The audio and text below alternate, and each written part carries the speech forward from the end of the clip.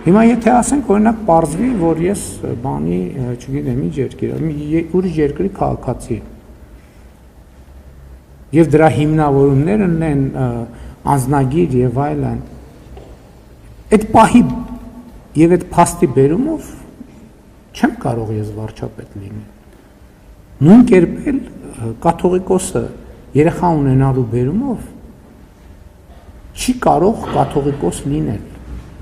Նա կտրիչ ներսիսան է, դրա համար ենք մենք ասում կտրիչ ներսիսան, որովհետև նա կաթողիկոս չի։ Ինչ վերաբերում է պարգևատրման փաստին, չունեմ մեկնաբանություն, ցանկացած երկիր ազատ է պարգևատրել ում ցանկանում է։ Այդ թվում եւ հայաստանցի եպիսկոպոսին։ Համեն դեպս մեր օրենքը չի արգելում, էլ չեմ ասում, որ կարող է պարզվի, որ պարգևատրված անձը նաև Ռուսաստանի քաղաքացիություն ունի, դա էլ պետք չի բացառել։